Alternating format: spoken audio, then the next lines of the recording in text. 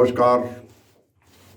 आज फिर उत्तराखंड राज्य हित के एक और ज्वलंत मुद्दे को लेकर आपके बीच में अपने YouTube चैनल के लिए मैं सुभाष शर्मा आप सबका अभिवादन करता हूं।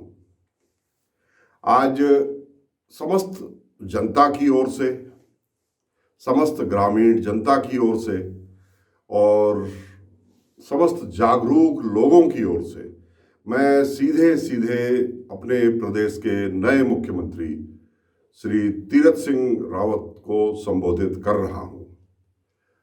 माननीय तीरथ सिंह रावत जी, आप इस प्रदेश की आशा हो। इस प्रदेश में जहां चारों ओर अंधियारा छाया हुआ था, वहां एक प्रकाश की किरण के रूप में आपको देखा जा रहा है। पिछले 4-5 दिन में जो निर्णय आपने लिए हैं, वो आमतौर पर उनका स्वागत किया जा रहा है। जनोन्मुखी, जनहित के मुद्दे आप उठा रहे हैं और आप अपनी ही पिछली सरकार के किए हुए कामों को निरस्त करके आप ये संकेत भी दे रहे हो कि आप जनहित की जब बात आएगी तो आप इसमें भारतीय जनता पार्टी और कांग्रेस का भेद नहीं करोगे। हम आपकी इस कदम का स्वागत करते हैं। आइए अब आज के मुख्य मुद्दे पर आता हूं। आपने अभी कहा कि कुंभ, महाकुंभ 12 वर्षों में एक बार आता है, इसलिए श्रद्धालुओं को भरपूर मौका मिलना चाहिए कि वो कुंभ में हरिद्वार में आएं और स्नान आदि करके अपने जो 12 वर्षों में एक बार कुंभ के अंदर अपनी हाजिरी लगाने की परंपरा है, वो पूरी कर सके। इसके लिए सरकार हर वो संभव प्रयास करेगी। हम आपके इस बयान का स्वागत करते हैं। मगर मुख्यमंत्री जी, ये जो मार्च का महीना चल रहा है ना, वो भी 12 महीनों में एक ही बार आता है। किसी भी वित्तीय वर्ष का अंत मार्च के महीने से ही होता है, ये भी आपको मालूम है। ठीक है, आपकी प्राथमिकता अगर कुंभ है तो हमें इस पर ऐतराज नहीं है, मगर इसके साथ साथ आपको उतना ही ध्यान साल के इस 12वें महीने, जो 12 महीनों में एक ही बार आता है, ये जो वित्तीय वर्ष का अंत है ना, ये भी, इस पर भी तो ध्यान दीजिए। और इस पर ध्यान देने से ज़्यादा जरूरी ये है कि आप जो प्रदेश के विभिन्न विभाग हैं उनको लावारिस मत छोड़िए। आपने अभी तक अपने मंत्रिमंडल का गठन नहीं किया, ये चिंताजनक है। कारण कि इस मार्च के महीने में अब मुश्किल से 15 दिन रह गए हैं और वो बहुत बड़ा बजट जो खर्च नहीं हो पाता और जिसको मार्च के महीने में खत्म किया ही जाना जरूरी है, वरना वो लैप्स हो जाएगा, उसको खर्च करने के लिए विभागीय मंत्री ही नहीं है। ऐसे में वो सारा जो हजारों करोड़ का बजट है जो अभी खर्च नहीं हो पाया है, जिसकी योजनाओं के लिए आपकी सरकारें तालियां बजवा चुकी, वाहवाहियां भी लूट चुकी, लेकिन वो स्कीमें, वो योजनाएं धरातल पर कैसे उतरेंगी अगर मंत्रिमंडल में मंत्रियों के विभाग ही नहीं होंगे। ये तो फिर वही अनिर्णय की स्थिति आ गई, जिससे निकालने के लिए, इस प्रदेश को निकालने के लिए पिछली सरकार के मुखिया को हटा करके आपको बनाया गया। इसलिए इस काम में देरी मत करिए, ये आपकी सर्वोच्च प्राथमिकता होनी चाहिए,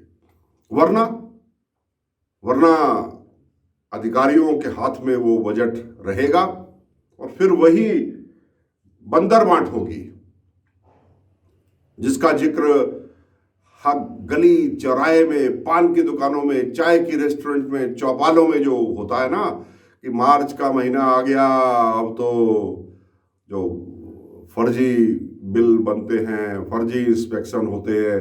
यहाँ तक होता है कि मार्च के महीने में पैसा लैप्स ना हो, इसके लिए ठेकेदार के नाम से चेक बना करके रख दिया जाता है और फिर अप्रैल, मई, जून में कहीं कहीं उस काम को पूरा कराया जाता है ठेकेदार से बैक डेट में।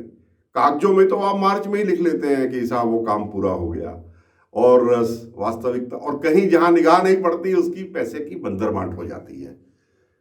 समझ के कुछ ठेकेदार इतने होशियार होते हैं कि वो 3 महीने का इंतजार करते हैं कि 3 महीने के अंदर तो तुम्हें हमें चेक देना ही पड़ेगा। वो जो जेई की एमबी की भी होती है ना मेजरमेंट बुक, वो सब की कॉपी लेके रख लेते हैं कि नहीं दोगे तो हम लिटिगेशन करेंगे। ये स्थिति पैदा हो जाती है मार्च के महीने में। और अगर इस महीने में मंत्री मंडलीय जो आपने 11 अपने नवरत्न चुने हैं उनका स्वागत है। उनमें से सभी लोग, अधिकांश लोग मेहनती हैं और उनको अनुभव है। वो पहले भी मंत्री रहे हैं, 1-2 को छोड़कर पहले भी मंत्री रहे हैं। तो मेहरबानी करके उनको काम दीजिए। उनको काम नहीं देंगे तो फिर वही जितने भी विभाग हैं, उनके इंजीनियर, उनके एचओडीज, उनके विभागाध्यक्ष, वो तो फिर कर रहे होंगे, अपना खेल चल रहा होगा। और ये एक एक दिन मार्च के महीने का कई हजार करोड़ रुपए का पड़ता है। ये तो आपको मालूम ही है। और हमें उम्मीद है कि आप भ्रष्टाचार को कहीं ना कहीं मिटाने का संकल्प लेकर के भी आए हैं। मैं आपकी आलोचना नहीं कर रहा, मगर नए मुख्यमंत्री के सामने इतने काम आ जाते हैं कि उनमें प्राथमिकताएं चुनना थोड़ा मुश्किल होता है। अच्छा लगेगा अगर आज शाम तक आप मंत्रिमंडल का बंटवारा कर देंगे।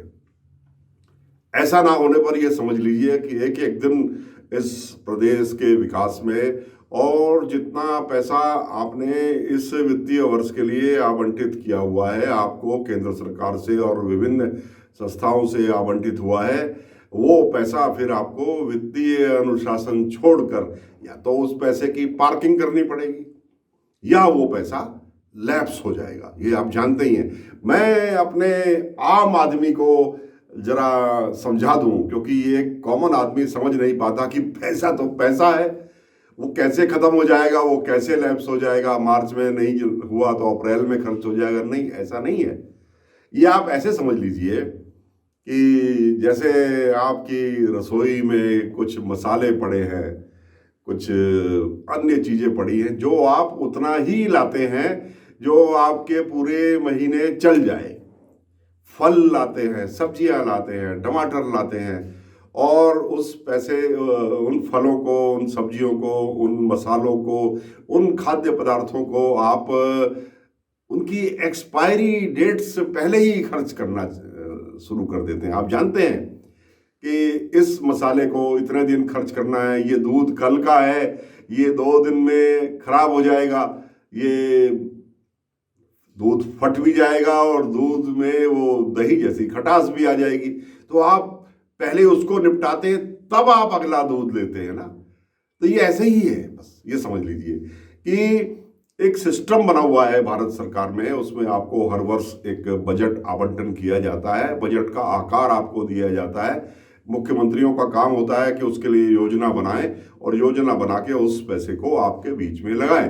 मगर और ये सब सारे प्रदेशों का बजट जो होता है, उसके ऊपर फिर केंद्र का, पहले तो उसका नाम योजना आयोग था, अभी प्रधानमंत्री जी ने उसका नाम ही बदल कर कुछ और कर दिया। मैं अभी मुझे याद आ जाएगा अपने आते ही। वो योजना आयोग के कॉरिडोर में मुख्यमंत्री घुमा करते थे अपना अपना बजट लेकर, और अधिक से अधिक बजट का आवंटन कराने के लिए वहाँ जाया करते थे। मैं अब उस नई संस्था का नाम अभी मुझे याद नहीं आ रहा। आप जानते हैं मैं लिखी हुई स्क्रिप्ट नहीं पढ़ता, इसलिए वो मुझसे छोटी छोटी भूलें मुझसे कभी कभी हो जाती हैं।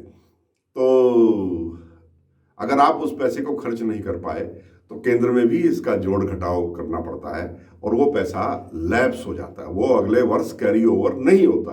कैरी ओवर करने के लिए बड़ी जालसाजी करनी पड़ती है। उस पैसे को अगले वर्ष में अगर कैरी ओवर करना है, पैसे की पार्किंग करनी पड़ती है, और पार्किंग पर अब बड़ी गहरी निगाह रहती है।